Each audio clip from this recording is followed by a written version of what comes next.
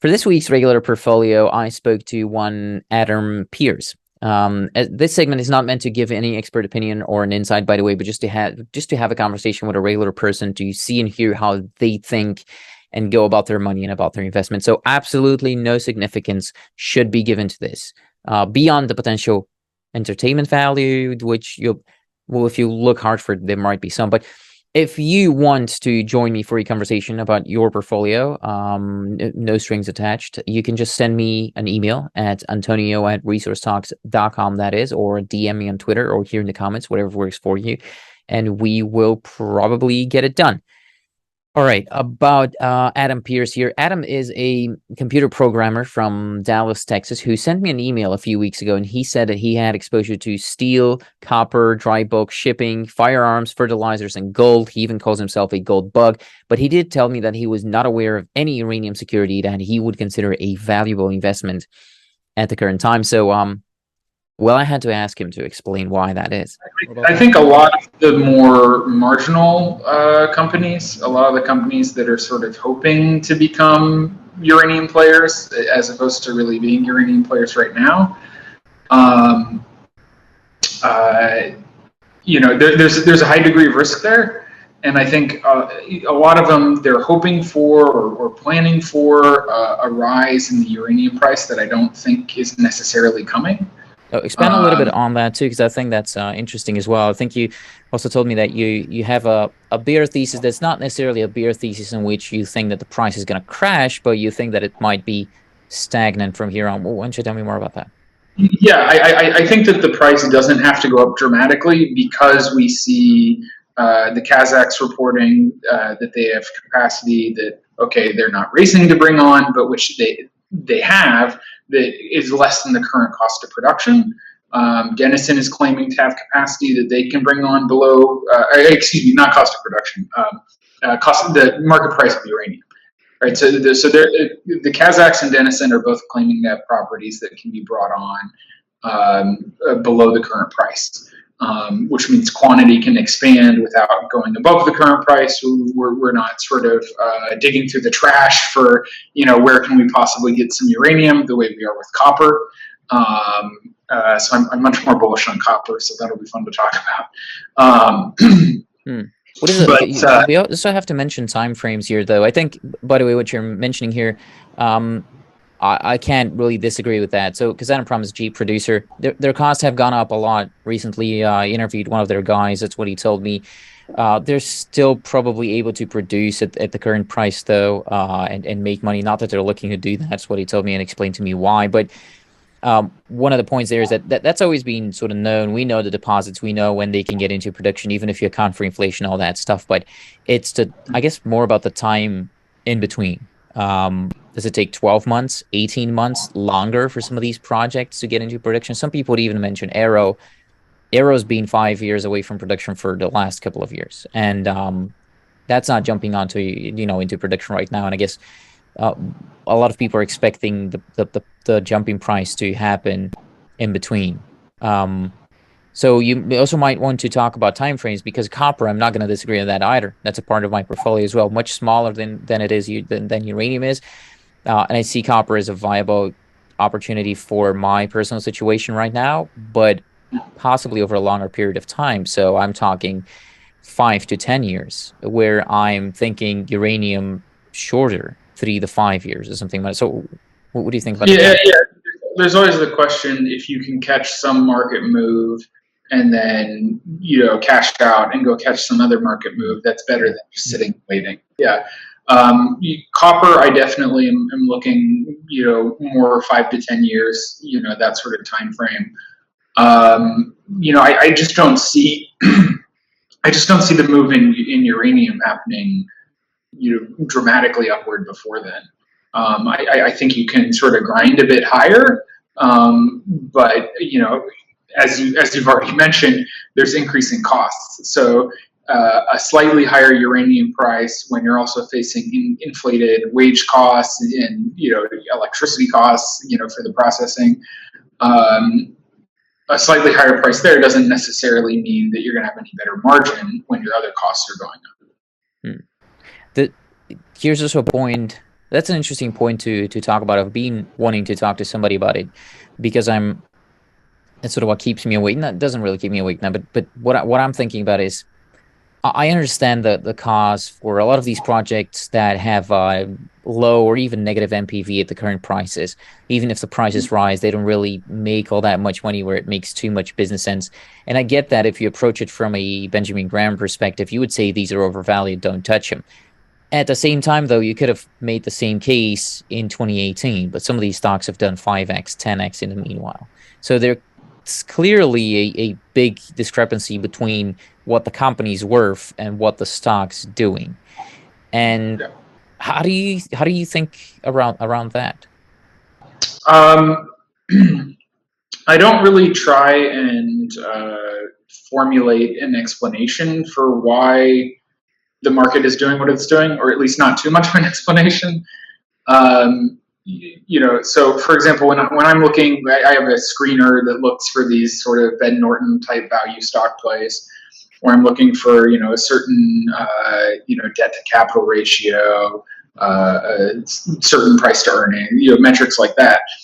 And of the ones that I find out, I sort of say, I was talking to my stepfather about this. I sort of say, 2/3 of them I can see why they're priced the way they are. It's not this thing is not actually earning a tremendous amount compared to its price. They've just got some one-time thing, or they've got this is like a COVID company, and we're not doing that anymore.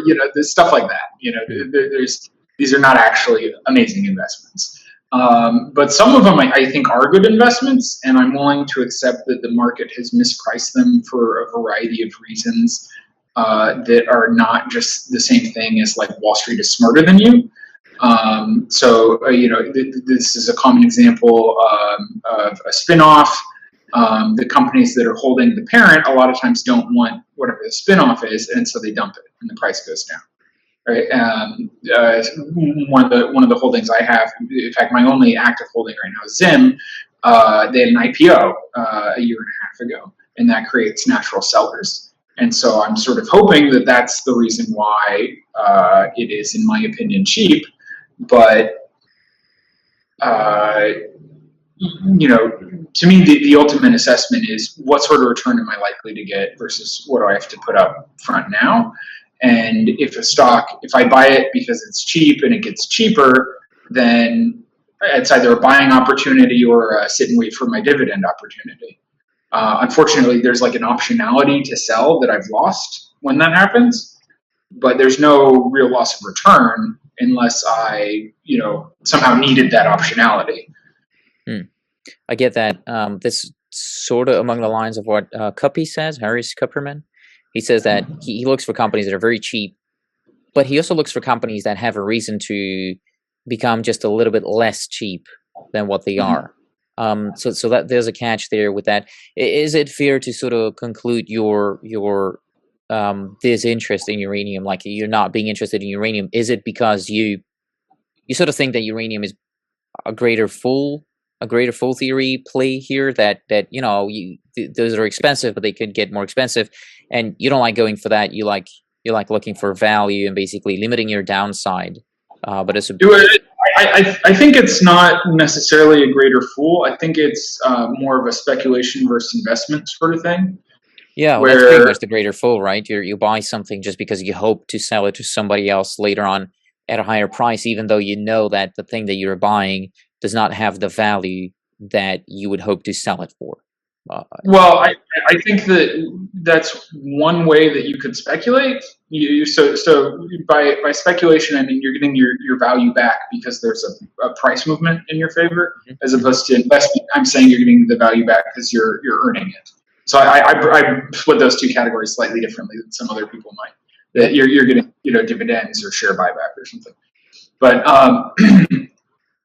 it could be that someone is speculating just for a pure greater fool reason, or it could be that you're speculating and you're hoping for some event or sequence of events that's going to make your speculation profitable. So for me, it's the Sprott Physical Uranium Trust. That would be, to me, a speculative investment because it's sort of a technical detail, but because they're not lending it, because there's no profit making going on. No. Right. So with copper, for example, by buying and selling the different futures contracts, I'm effectively lending copper. When I buy the copper index and I buy the commodity directly in copper, if there is backwardation, I get paid and potentially get paid a fair bit. And if there's contango, then I miss out and potentially miss out a fair bit. Mm-hmm. I think I get that. So I can sort of put my money into copper. Okay, I have to pay them 1% or 0.5% or whatever to roll over the futures contracts for me, but I effectively can lend money and make copper interest. Similarly, we were talking before the show, I lend gold and make gold interest. That's actually a contract denominated specifically in gold. That's not, a futures and dollars and it's rolling over and all this. But either of those I don't mind, right? The lending something at interest, to me, that's fine. But owning this uranium in the hopes that the price is going to go higher, to me, it's silly, because I could have my capital doing something productive and experience price appreciation. So bottom line comes out to you don't think that uranium is good investment, but therefore it's not necessarily a bad speculation, though, right? Yeah, so if you think that we're going to experience not just higher demand, but higher demand to the point that we have to bring on more marginal producers. We have to bring on people who, when we're bringing on people whose all-in cost is, $80 a pound, mm-hmm. and because we need, that much, and we've blown through the easy stuff, eventually that'll happen. I'm skeptical that that'll happen anytime soon. Well, that's the whole thesis here, right? That uranium has a supply deficit, and that the price is currently just not at the incentive price where it makes sense, where it makes business sense for companies to go into production and start mining uranium. Rick Willis said that it's going to be, in the past there was some tabulation where it was $60 a pound or $65 a pound or something was what he was touting from some organization. I don't think he came up with that. But he was touting as this is what it's going to take to bring on new uranium, right? This is in order for them to earn the appropriate return and all that. And I think that when you're thinking of it, it's just hard for me to imagine that that's accurate when I see projects coming on below the current cost, because it means the quantity is expanding without needing to go up 25%.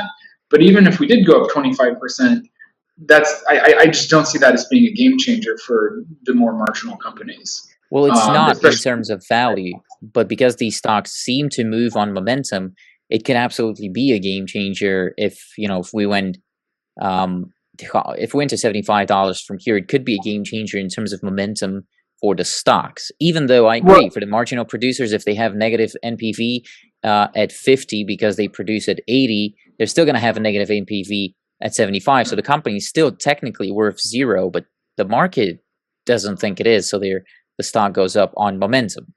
Well, I think it's appropriate if you have a stock that produces at 80 and the commodity price goes to 75. I think it's appropriate for the price of that stock to go up, because the probability that it's worth zero has gone down, right? The probability that it's worth something more than zero has gone up.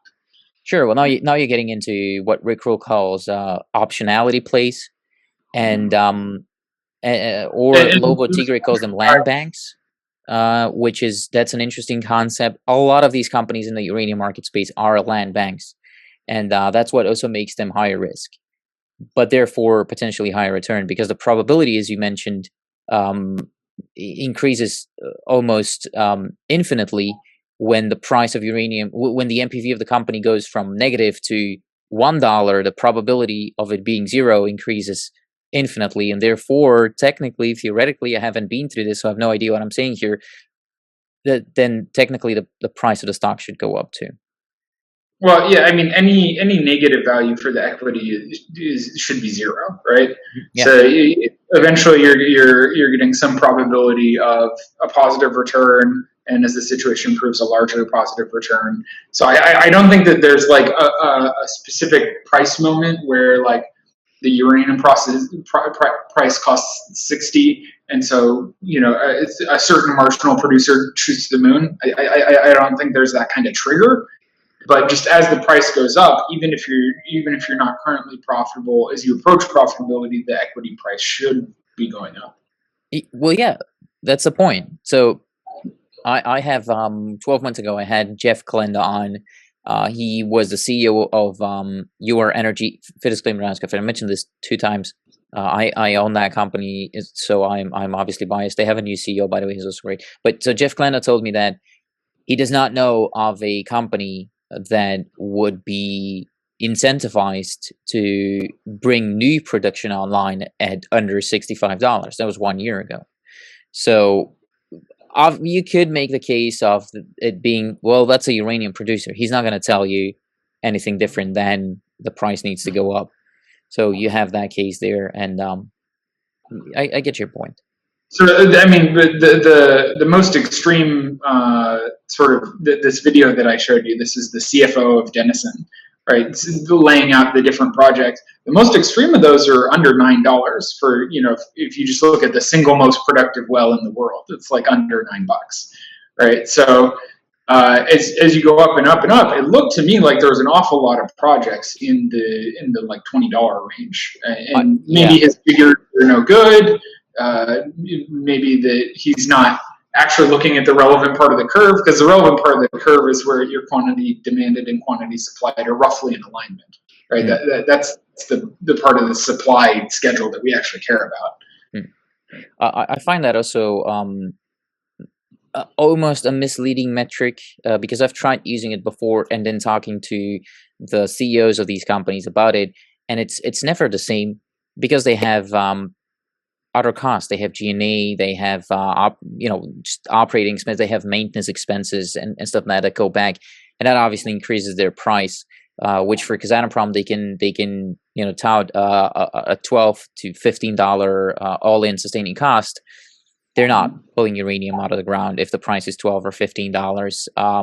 They want it to be closer to 40 or 50 for them to be making any reasonable money, is what they told me. Right. So that's also a tough part to figure out. What does it really cost? Royalties, recoveries come into play, and all these things. What does it really cost for you to? That's the most frustrating part in mining, is what does it cost for you to take this rock and make money on it? Just what does that cost? Don't tell me the cash cost, the AISC or whatever else. Just tell me, what does it take for you? And not many companies share that, just because it's so different. And yeah. I mean, the AISC is essentially a variable cost, right? I mean, it's the variable cost with the fixed cost of those units amortized across all of them. So it's how much does it cost me to get each additional pound plus the capital equipment for the well or whatever. So it's not including, and correct me if I'm wrong here, but I don't believe it's including their like G&A, their ongoing central operations. Right? So if the all-in cost, per well can be $9, and then depending on how much research has to go on, to support that, how much staff is going on, at headquarters to support that. Mm-hmm. Well, I'm not one to correct you, but that sounds what I've learned so far, which is also one of the sickness of the sector, right? We just have too many companies and too large of an overhead. If you put every company together, it's just too large of an overhead. It should be cut in half. Well, that's kind of why I object to this idea that it would cost $65 a pound to get new uranium out of the ground. Because what it costs the industry overall and what it costs the most efficient producers who are actually in the part of the supply schedule that matters, those are not necessarily the same thing. Sure, they're not the same thing. In reality, is what I'm saying. You can have uranium operations that lose money, and so you can have $65 of cost and $45 of uranium, because you got some guys who are losing, $20 for every pound that's pulled out of the ground. Yeah. All right. We don't have that much time left. So why don't we talk about what you do like if you don't like uranium? What's your money invested in? Currently, my actively managed portfolio is just Zim, the container shipper. Just one stock, that's it? Yeah. That's my active. Yeah. I also have some passive stuff that I'm sort of like, I have 401k money that I haven't bothered to get direct control over yet. Stuff like that, where it's diversified. I like shipping. I like steel. I like copper. So previously, my first email to you, I had some shares of the U.S. Copper Index, CPER, and I also had some shares of Wire, Encore Wire, ticker symbol WIRE. And that was my copper play.